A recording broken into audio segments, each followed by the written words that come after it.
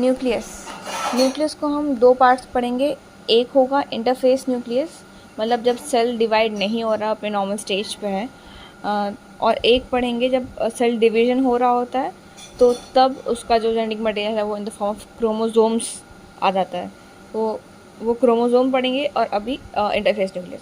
तो interphase nucleus मतलब cell divide नहीं हो रहा है, अपनी नॉर्मल पोजीशन में उसके पास जो उसका जेनेटिक मटेरियल है, मतलब हमारे से डीएनए, आरएनए और ट्रांसलेट किए हुए कुछ प्रोटीन्स हुए, और डीएनए की पैकेजिंग करने के लिए जो प्रोटीन चाहिए होते हैं वो सारे प्रोटीन्स, तो वो in the form of chromatin fibres में होते हैं। मतलब क्रोमैटिन फाइबर्स में डीएनए पैक रहता है। तो अगर न्यूक्लियस में देखें तो क्या क्या होता है, उसमें एक न्यूक्लियस की मैट्रिक्स होगी, मतलब न्यूक्लियर मैट्रिक्स। क्रोमैटिन होगा जो जेनेटिक मटेरियल है, और एक होगा न्यूक्लियोलस।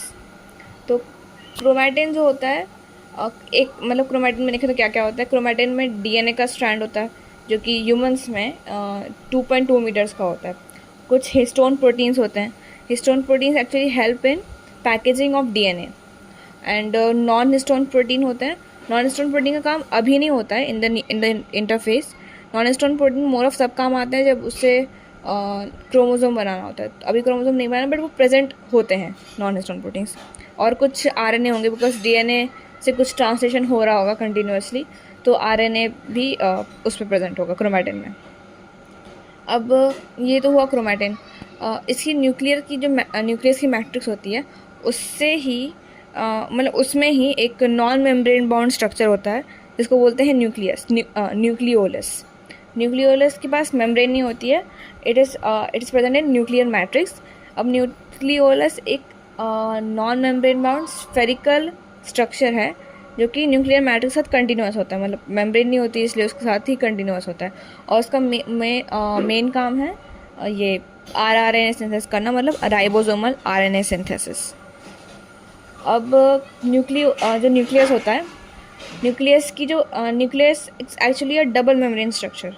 तो एक उसकी मेम्ब्रेन होगी जो उसके अंदर, मतलब जो न्यूक्लियर मैट्रिक्स को फेस कर रही होगी, और एक जो उसकी मेम्ब्रेन होगी आउटर न्यूक्लियर मेम्ब्रेन, जिससे एंडोप्लाज्मिक रेटिकुलम वगैरह जो जुड़े रहते हैं वो उसके साथ कंटिन्यूस होती है, उसकी आउटर मेम्ब्रेन। बट इसकी इनर मेम्ब्रेन और आउटर मेम्ब्रेन किसी किसी जगह पे एक्चुअली फ्यूज़ कर जाती है, और वहाँ पे बन जाता है न्यूक्लियर पोर्स।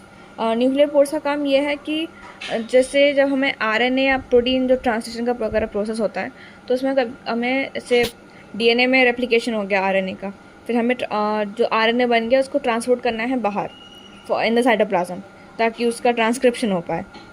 उसको फिर से राइबोसोम्स की मदद से फिर उसका ट्रांसलेशन करना है। तो उन सब के लिए जो आरएनए और प्रोटीन्स होते हैं उनकी एंट्री एग्जिट होना न्यूक्लियस और साइटोप्लाज्म में बहुत ज़रूरी होता है। इसलिए जो न्यूक्लियर पोर्स होते हैं वो फैसिलिटेट करते हैं entry and exit of RNA and ribosomes. हाँ, ये न्यूक्लियर पोर्स का काम हो गया। और जैसे दो मेम्ब्रेन मैंने बताई, तो दो मेम्ब्रेन के बीच का कुछ डिस्टेंस भी होता है। जो डिस्टेंस होता है मतलब पेरी न्यूक्लियर स्पेस बोलते हैं उसे, कि दोनों मेम्ब्रेन के बीच का डिस्टेंस, उसको वो होता है 10 to 50 नैनोमीटर्स।